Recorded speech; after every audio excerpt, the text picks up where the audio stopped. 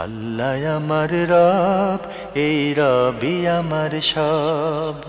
দামে দামে তন মনে তারি অনুভব। তোমার দুনিয়াতে আমি যেদিকে তাকাই, অথই নিয়ামতে ডুবে আছি সবাই। পাক পাখালির গানে শুনি তসবি কলো রব, তসবি কলো রব। আল্লাহ আমার রব, এই রবি আমার সব। আসসালামু আলাইকুম প্রিয় দর্শক, আপনারা যারা দেশে আছেন প্রবাসে, সবাইকে অনেক অনেক প্রীতি ও শুভেচ্ছা। শুরু হলো আপনাদের প্রশ্ন নিয়ে আপনাদের এই প্রিয় অনুষ্ঠান আপনার জিজ্ঞাসা। আপনাদের সাথে আছে আমি জাইনুল আবেদিন আজাদ। আজকেও আপনাদের প্রশ্নের জিজ্ঞাসার জবাব দিচ্ছেন বিশিষ্ট আলেম ডক্টর মোহাম্মদ সাইফুল্লাহ। আসসালামু আলাইকুম ওয়া রাহমাতুল্লাহি ওয়া বারাকাতুহু। প্রিয় দর্শক, চলুন তাহলে জিজ্ঞাসার জগতে। শুরুতে একটি চিঠি, এটি পাঠানো হয়েছে বর্ণমালা স্কুল অ্যান্ড কলেজ, শনি রাখরা, ঢাকা থেকে। আপনি লিখেছেন, লা ইলাহা ইল্লাল্লাহ অর্থ কি আল্লাহ ছাড়া কোনো মাবুদ নাই, নাকি আল্লাহ ছাড়া কোনো সত্য মাবুদ নাই? একজন আলেমের বয়ানে শুনেছি তিনি বলেছেন, আল্লাহ ছাড়া কোনো মাবুদ নাই বললে সে যেন তাগুতকেও মাবুদ বলে স্বীকার করল। কারণ আল্লাহ পাক কোরআনে বলেছেন, তাগুতকেও অনেকে মাবুদ হিসেবে গ্রহণ করেছে। হ্যাঁ, ধন্যবাদ। গুরুত্বপূর্ণ একটি প্রশ্ন করেছেন। কালেমাত তাওহীদ লা ইলাহা ইল্লাল্লাহ এর অর্থ কী, এটা প্রশ্ন করেছেন। লা ইলাহা ইল্লাল্লাহ এর অর্থ হচ্ছে মূলত আল্লাহ ছাড়া প্রকৃত বা সত্য কোনো মাবুদ নেই। মানে লা ইলাহা ইল্লাল্লাহ এর অর্থ এই নয় যে মানে আল্লাহ ছাড়া কোনো মাবুদ নেই, এ কথা শুদ্ধ নয়। তার কারণ হচ্ছে মাবুদ তো মানুষ তৈরি করে নিয়েছে অনেক অনেক মাবুদ। এই সমস্ত মাবুদ, তাগুতকে অস্বীকার করতে হলে প্রকৃত মাবুদকে স্বীকার করে নিতে হবে। এবং এই প্রকৃত মাবুদকে স্বীকার করার অর্থই হচ্ছে তাগুতকে অস্বীকার করা। মানে যেগুলো মাবুদ নয় অথচ মানুষ মাবুদ হিসেবে মেনে নিয়েছে, অথবা যেগুলোর ইবাদত করা হচ্ছে, যেগুলোকে আজকে সিজদা করা হচ্ছে, যেগুলো পূজা দেওয়া হচ্ছে, এগুলোকে অস্বীকার করতে হবে। তাই এই কালেমাত তাওহীদের দুটি দিক রয়েছে, একটা হচ্ছে নফি আর একটা হচ্ছে ইসবাত। প্রথমে নফি বাধ্যতামূলক করা হয়েছে। নফি এর অর্থটা কি? নফি হচ্ছে লা ইলাহা বিহাক, মানে প্রকৃত কোনো ইলাহি নেই। এটা এই যে ইলাহ যেগুলোকে আজকে ধারণা করা হচ্ছে, মাবুদ হিসেবে যেগুলোকে ধারণা করা হচ্ছে, উপাস্য হিসেবে যেগুলোকে মেনে নেওয়া হচ্ছে, উপাস্য হিসেবে যাদেরকে উপাসনা দেওয়া হচ্ছে, যাদের পূজা করা হচ্ছে, এইসব কিচ্ছুই না। এগুলোকে উলুহিয়তের ইবাদত পাওয়ার বা উপাসনা পাওয়ার এগুলোর সামান্যতম কোনো অধিকার নেই। ইল্লাল্লাহের মাধ্যমে সাব্যস্ত করা হচ্ছে যে একমাত্র ইসবাতুল উলুহিয়ত লিল্লাহি সুবহানাহু ওয়া তাআলা, যে আল্লাহ রাব্বুল আলামিনের জন্য উলুহিয়ত সাব্যস্ত হবে, ইবাদত একমাত্র আল্লাহ তাআলার জন্য সাব্যস্ত হবে, আর কারোর জন্য সাব্যস্ত হবে না। তাই নফি এবং ইসবাত এই দুইয়ের মাধ্যমে মূলত এই কালেমাত তাওহীদের মধ্যে যেটি প্রমাণ করা হয়েছে সেটা হলো এই সকল প্রকার তাগুত এবং মাবুদকে অস্বীকার করতে হবে প্রথমে, যেগুলো আজকে মানুষ মাবুদ হিসেবে গ্রহণ করে নিয়েছে। এখন আপনি যদি বলেন যে না, আল্লাহ ছাড়া মাবুদ নেই, এর অর্থ হচ্ছে আপনি যেগুলোকে মাবুদ হিসেবে আজকে মানুষ মেনে নিচ্ছে সেগুলোকে আপনি অস্বীকার করছেন না। সেগুলোকে অস্বীকার করার বিষয়টি আপনার উজ্জ্ব থেকে যাচ্ছে, কিন্তু কালেমাত তাওহীদের মধ্যে প্রথমেই এসেছে অস্বীকার করার বিষয়টি। ফলে আল্লাহ সুবহানাহু ওয়া তাআলা এই কালেমার অর্থ কোরআনে কারীমের একাধিক আয়াতের মধ্যে করেছেন। কোরআনে কারীমের আয়াতগুলোর মধ্যে আল্লাহ সুবহানাহু ওয়া তাআলা যেভাবে অর্থ করেছেন, ওয়া মান ইয়াকফুর বিত-তাগুতি ওয়া ইউমিন বিল্লাহি ফাকাদ ইসতামসাকা বিল উরওয়াতিল উসকা লা ইনফিসামা লাহা। এই আয়াতের মধ্যে আল্লাহ সুবহানাহু ওয়া তাআলা কালেমাত তাওহীদ অর্থ করছেন যে ওয়া মান ইয়াকফুর বিত-তাগুত, সর্বপ্রথম যে তাগুতকে স্বীকার করবে, তাগুতকে স্বীকার করতে হবে। যে আজকে যেগুলো পূজা দেওয়া হচ্ছে, আজকে যেগুলো মাবুদ ধারণা করা হচ্ছে, এগুলো প্রথমেই অস্বীকার করতে হবে যে এগুলো মাবুদ হওয়ার যোগ্য নয়, এগুলো সত্যিকার মাবুদ নয়, এগুলো বাতিল, এটা স্বীকার করতে হবে।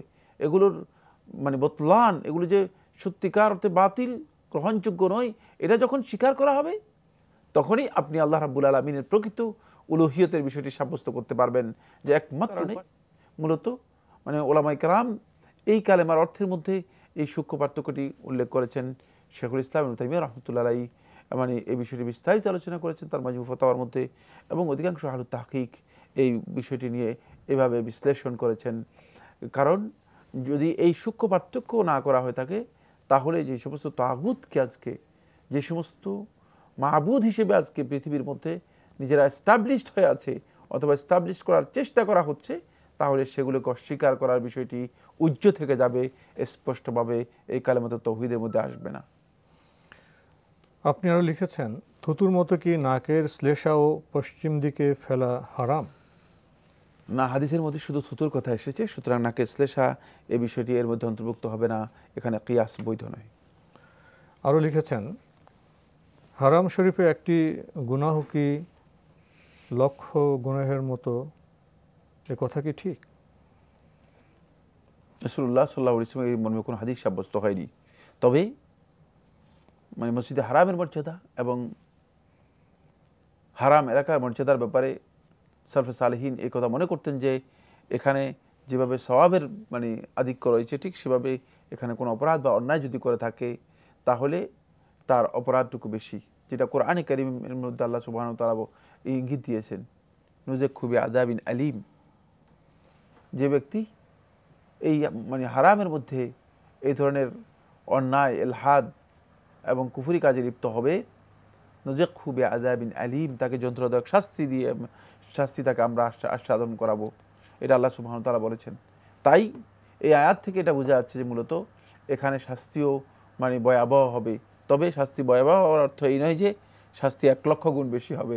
এটি যেহেতু হাদিস দ্বারা সাব্যস্ত হয়নি, সুতরাং কারো ইজতিহাদের মাধ্যমে অথবা কারো আন্দাজ অনুমানের মাধ্যমে এই সংখ্যা নির্দিষ্ট করার সামান্যতম কোনো অধিকার কারো নেই, যেহেতু রাসূলুল্লাহ সাল্লাল্লাহু আলাইহি ওয়াসাল্লাম সুস্পষ্টভাবে হাদিসের মধ্যে এই বক্তব্য দেননি। আপনি আরও লিখেছেন, মাগরিবের সালাতের পর থেকে এশার ওয়াক্তের আগ পর্যন্ত কি নফল সালাত পড়া যাবে? হ্যাঁ, নফল সালাত পড়তে পারেন। সালফে সালেহীনের আমল সাব্যস্ত হয়েছে। সালাফদের মধ্যে অনেককেই পাওয়া গিয়েছে যারা মাগরিব এবং এশার মাঝখানে নফল সালাত আদায় করতেন। সুতরাং কেউ যদি মাগরিব এবং এশার মাঝখানে নফল সালাত আদায় করেন, সেটা করা জায়েজ রয়েছে, করতে পারেন। আপনি আরও লিখেছেন, পেঁয়াজ, রসুন বা অন্য কোনো দুর্গন্ধযুক্ত কিছু কেটে ঢেকে রাখতে ও বটি ধুয়ে রাখতে হবে কি? না, ধুয়ে রাখা ভালো, দুর্গন্ধের জন্য ভালো ব্যবস্থাপনা, দুর্গন্ধের থেকে বাঁচার জন্য ধুয়ে রাখা ভালো, কিন্তু এটা শরীয়তের বিধান হয় যে মানে এটা ধুয়ে রাখতে হবে। এটা আমাদের কল্যাণের জন্য আমাদের ধুয়ে রাখতে হবে, এটা পরিচ্ছন্নতা বিষয়। তবে পরিচ্ছন্নতা মানে ডেকে রাখা এটা উত্তম করে সন্দেহ নেই। আরও লিখেছেন, রাসূল সাল্লাল্লাহু আলাইহি ওয়াসাল্লাম বলেছেন, যে ব্যক্তি চায় তার আমলনামা কিয়ামতের দিন তাকে সন্তুষ্ট করুক, সেজন্য বেশি বেশি ইস্তেগফার করে, সে ব্যক্তির জন্য সুসংবাদ, যে ব্যক্তি কিয়ামতের দিন তার আমলনামায় বেশি ইস্তেগফার দেখতে পাবে। এই হাদিস দুটি কি সহিহ? ইস্তেগফারের ব্যাপারে যে দুটি হাদিস উল্লেখ করেছেন, এই দুটি হাদিস এর মধ্যে মানে দুটি হাদিসের মধ্যেই বক্তব্য রয়েছে, কিন্তু একদল উলামায়ে কেরাম হাদিস দুটিকে বলেছেন লা বাসা বিহিমা, মানে এই দুইটা মানে লা বাস, মানে গ্রহণ করা যেতে পারে, গ্রহণযোগ্য রয়েছে। ইস্তেগফারের ব্যাপারে রাসূলুল্লাহ সাল্লাল্লাহু আলাইহি ওয়াসাল্লামের অনেকগুলো হাদিস রয়েছে, তবে এই দুটি হাদিসও মানে কেউ কেউ বলেছেন যে গ্রহণ করা যেতে পারে। আপনারাও লিখেছেন, ঢাকা মুন্সিগঞ্জ থেকে ঢাকা বাবা ও শ্বশুরবাড়ি হলে নিয়মিত আসা যাওয়া থাকলে কসর করতে হবে কি মহিলাদের? হ্যাঁ, পথে আপনি যদি মুসাফির কসর করতে পারেন, কোনো অসুবিধা নেই, কিন্তু আপনি যদি আপনার বাড়িতে পৌঁছে যান তাহলে আপনি মুসাফির নন, তাহলে আপনি সেখানে কসর করবেন না, শুধু পথিমধ্যে আপনি কসর করবেন, যেহেতু আপনি মুসাফির। জি। আর ঢাকা মুন্সিগঞ্জের দূরত্ব তো কম নয়, তুলনামূলকভাবে আমার মনে হয় কত হবে, 50-60 কিলোমিটার তো অবশ্যই হতে পারে। আরও লিখেছেন, বাচ্চাদের প্যাম্পার্স ময়লার বালতিতে ফেলে ঢেকে রাখলেও কি ঘরে রহমতের ফেরেশতা আসবে না? এই মর্মে কোনো হাদিস সাব্যস্ত হয়নি, বরং মানে সেটা ময়লার বালতিতে রেখে ঢেকে রাখলে মানে ফেরেশতা না আসার কোনো কারণ নেই।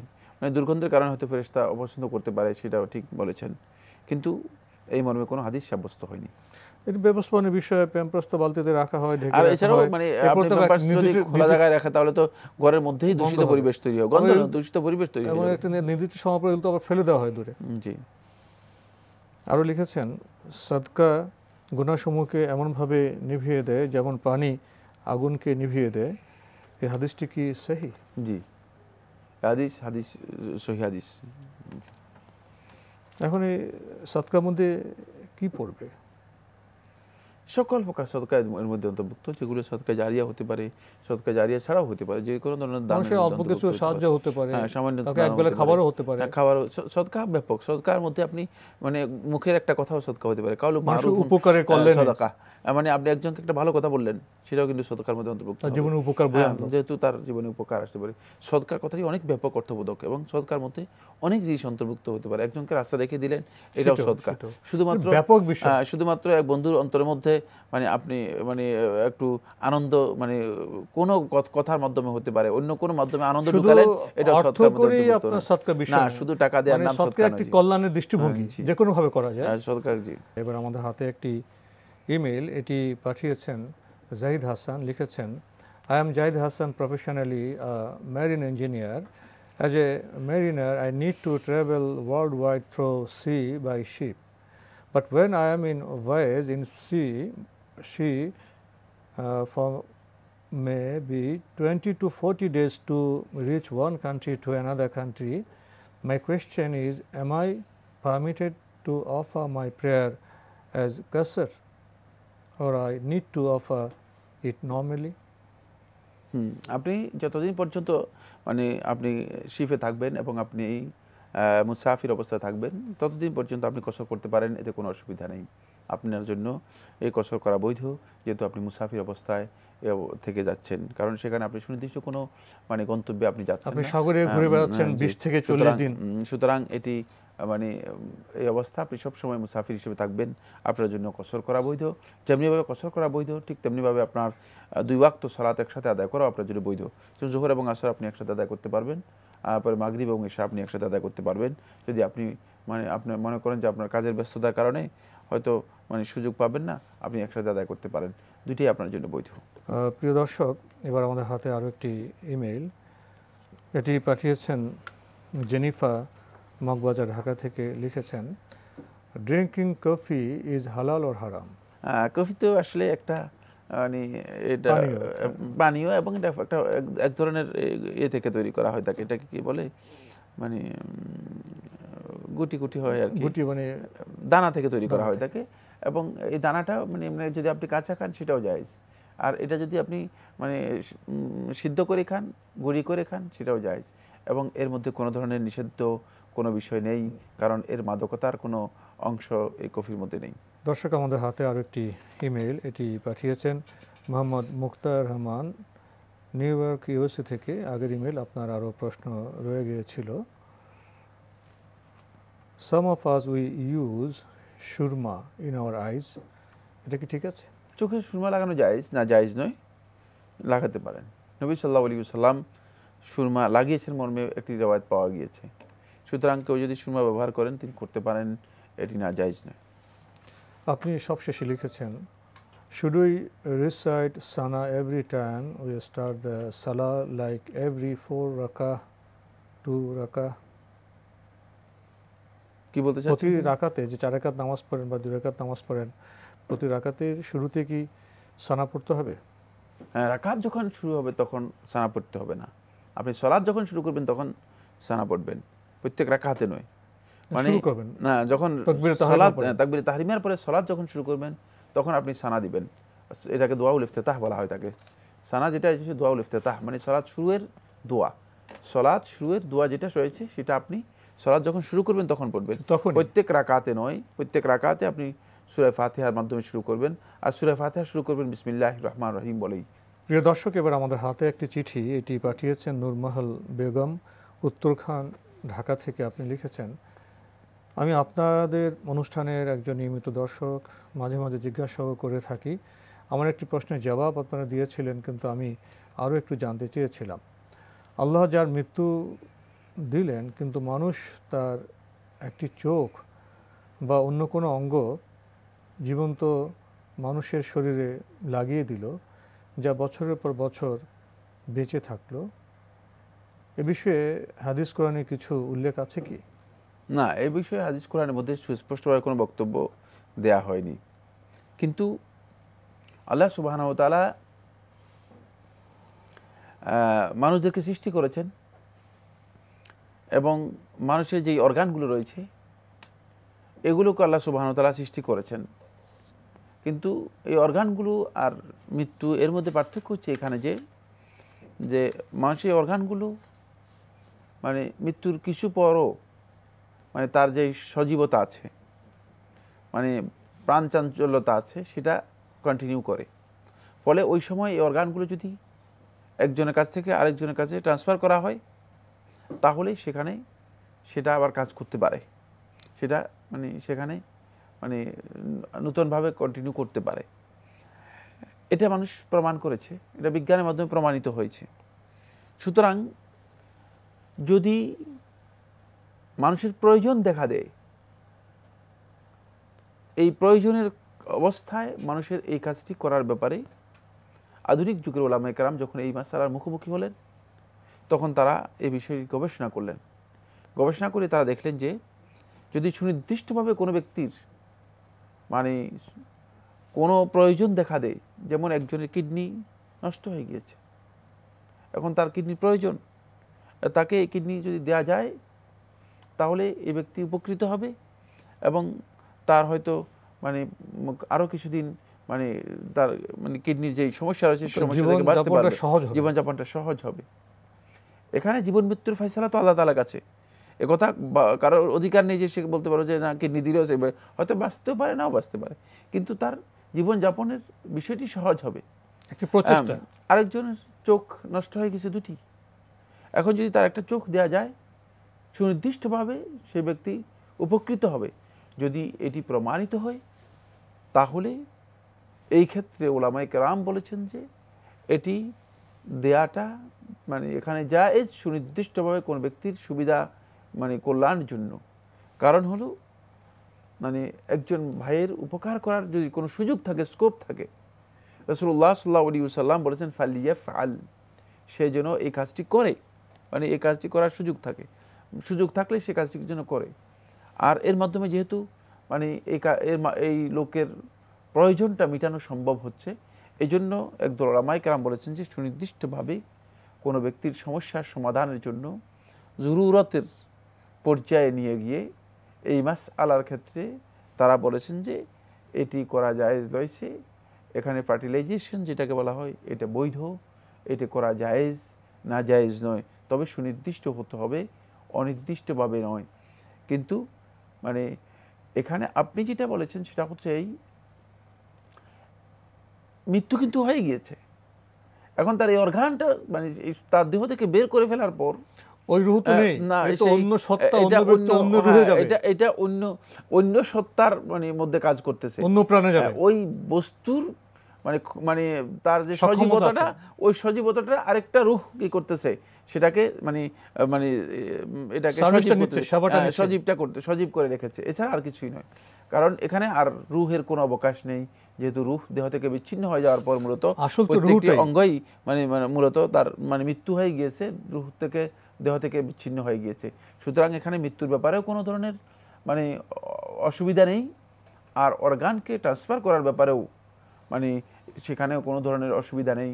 তবে এই মাসআলাটি উলামায়ে কেরাম শুধুমাত্র জরুরতের ক্ষেত্রে বলেছেন, যেখানে সুনির্দিষ্ট কোনো জরুরত দেখা দিবে তখন এই কাজটি বৈধ। বোন নূরমহল বেগম, আপনি আরও লিখেছেন, পানিতে ডুবে বা প্লেন ক্র্যাশ হয়ে কিংবা পুড়ে মারা গেলে যদি লাশ পাওয়া না যায় এবং দাফন করা না হয়, তাহলে কবর আযাব কিভাবে হবে? এটা মানে বের করার কোনো আমাদের দায়িত্বের মধ্যে অন্তর্ভুক্ত হয়।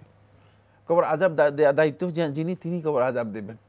আমরা তো কবর আযাব থেকে পানা চাই, মুক্তি চাই। আমরা কবর আযাব থেকে আল্লাহ তাআলার কাছে পানা চাচ্ছি, আর আমরা এটা বের করার কোনো দায়িত্ব নেই। কারণ আমার আল্লাহ সুবহানাহু ওয়া তাআলা যদি মানুষের মানে মানুষকে পাউডার করে যদি কেউ সারা পৃথিবীর মধ্যে মানে বিমান দিয়ে যদি ছিটিয়ে দেন, তারপরেও তাকে কবর আযাব দিতে সক্ষম, এটা আমরা বিশ্বাস করি, এটা আমাদের আকীদা। সুতরাং এক্ষেত্রে এই বিষয়টি প্রশ্ন একেবারেই অবান্তর, এই অবান্তর প্রশ্নের কোনো প্রয়োজন আছে বলে আমরা মনে করি না। আরও লিখেছেন, কোন দোয়া বা কোন সূরা বেশি বেশি পড়লে রোগ নিরাময় হয়? দোয়ার মানে রোগের জন্য অনেকগুলো দোয়াই রয়েছে। রাসূলুল্লাহ সাল্লাল্লাহু আলাইহি ওয়াসাল্লাম অনেকগুলো দোয়ার কথা উল্লেখ করেছেন। ওই যে আমার তুফাউ ইয়াশফিন, এটাও পড়তে পারেন, যে সমস্ত দোয়াগুলো রাসূল সাল্লাল্লাহু আলাইহি ওয়াসাল্লাম শিক্ষা দিয়েছেন সেগুলো পড়তে পারেন। রাব্বি ইন্নী মাসানি আদ-দুররু ওয়া আনতা আরহামুর রাহিমিন এটা পড়তে পারেন। আর সুনির্দিষ্ট কোনো সূরার কথা রাসূলুল্লাহ সাল্লাল্লাহু আলাইহি ওয়াসাল্লাম হাদিসের মধ্যে বলে যাননি বা উল্লেখ হয়নি যে এই সূরা পড়লে মানে রোগ নিরাময় হবে। কোরআনে কারীম তেলাওয়াত করুন, তেলাওয়াত করে আল্লাহর কাছে দোয়া করুন, আল্লাহ রাব্বুল আলামিনের কাছে দোয়া করুন, দেখবেন যে আল্লাহ সুবহানাহু ওয়া তাআলা মানে রোগ নিরাময়ের ব্যবস্থা করে দিচ্ছেন। জি, তো আজকে আমাদের এখানে শেষ করতে হচ্ছে। আপনাকে অনেক ধন্যবাদ। আপনাকে অশেষ ধন্যবাদ। প্রিয় দর্শক, রোগ নিরাময় প্রসঙ্গে অনেক সময় আমরা প্রশ্ন করে থাকি এবং আমাদের সমাজে বিভিন্ন ধারণা আছে। অনেকগুলো ধারণাই ভুল, যেমন তাবিজ তোমারের বিষয়গুলো, রোকেয়া বা দম দেওয়ার বিষয়টি আছে। আর সবচেয়ে গুরুত্বপূর্ণ বিষয় হলো আল্লাহ যেমন রোগ দিয়েছেন ওষুধও দিয়েছেন। আমাদের আপডেট বিজ্ঞান চর্চার মাধ্যমে যে ওষুধগুলো আমরা পেয়েছি সুনির্দিষ্ট রোগের ক্ষেত্রে, আসুন না আমরা সেই সব ওষুধও গ্রহণ করি। চিঠি লিখুন, প্রশ্ন পাঠান আমাদের ঠিকানায়। পরিচালক আপনার জিজ্ঞাসা, এনটিভি, বিএসসি ভবন, 7ম তলা, 102 কাজী নজরুল ইসলাম এভিনিউ, কারওয়ান বাজার, ঢাকা 1215। আপনারা ইমেলও করতে পারেন। আমাদের ইমেল অ্যাড্রেস আপনার জিজ্ঞাসা @ntvbd.com। প্রিয় দর্শক, আপনারা আমাদের অনুষ্ঠান এনটিভি অনলাইনেও দেখতে পারবেন। ভিজিট করুন www.ntvbd.com। দর্শক, আপনারা সবাই নিরাপদে থাকুন, থাকুন শান্তিতে। আসসালামু আলাইকুম। আল্লাহ আমার রব, এই রবি আমার সব, দামে দামে তন মনে তারি অনুভব। তোমার দুনিয়াতে আমি যেদিকে তাকাই, অথই নিয়ামতে ডুবে আছি সবাই।